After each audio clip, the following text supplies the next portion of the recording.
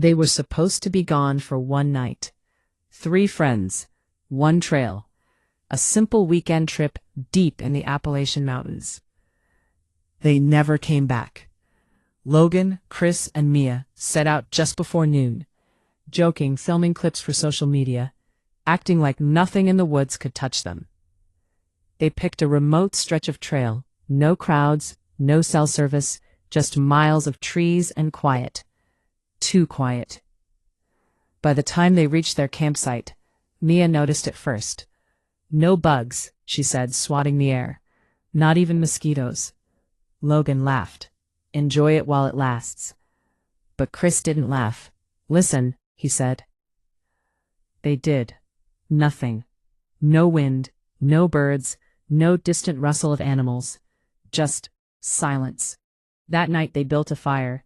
The flames cracked loud in the stillness, almost too loud, like the forest was amplifying every sound they made. Mia kept glancing into the trees. I feel like we're being watched. Logan smirked. Probably a deer. Chris shook his head slowly. Deer don't stand still that long. Around midnight, something walked into the edge of the firelight. At first, they thought it was a person. Tall, thin, just beyond the glow. You okay? The figure didn't answer.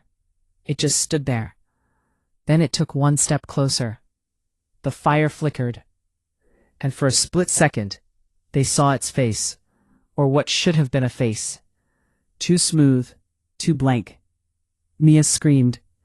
Chris grabbed a flashlight and shined it straight at the thing. Nothing. It was gone.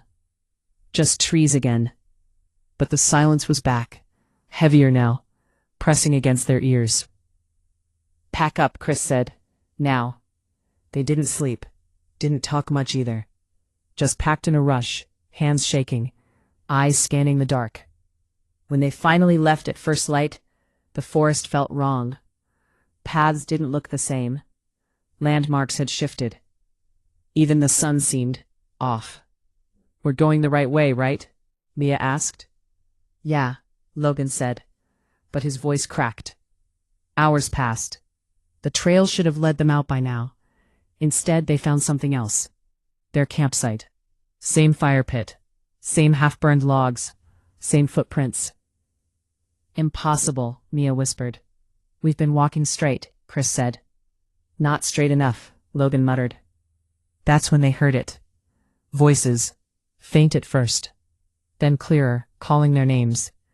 Logan. Mia. Chris. Relief flooded them. Search team. Over here. The voices answered. But something was wrong. They were coming from different directions. All at once. Chris grabbed Mia's arm. Don't. Why not? Because that's not people. The voices got closer, louder, more urgent. Logan, Mia, Chris. Now they sounded exactly like them. Perfect copies. Panic exploded. Run, Logan shouted. They ran blindly through the trees, branches snapping, lungs burning. Behind them, the voices followed, matching their pace, mimicking their screams, laughing between the calls. Logan tripped first. When Mia turned back, he was gone. No sound, no struggle. Just gone. Logan, she screamed. A voice answered from the trees. I'm right here. Chris grabbed her. Keep moving. But Mia froze. Because now there were 2 Logans, one standing ahead on the trail, one calling from behind, both smiling. That was the last time anyone saw Mia and Chris. Weeks later, a hiker found a phone deep in the forest. Mud-stained. Still working. There was one video saved. It showed the 3 of them at their campsite, laughing around the fire, normal, until the camera slowly turned toward the trees and zoomed in. Something stood there, watching, perfectly still, shaped like a person, but too tall, too thin. And as the video ended, it smiled. No bodies were ever found, but sometimes hikers in that part of the Appalachian Mountains say they hear voices calling from the trees, familiar voices, calling their names, trying to get them to answer.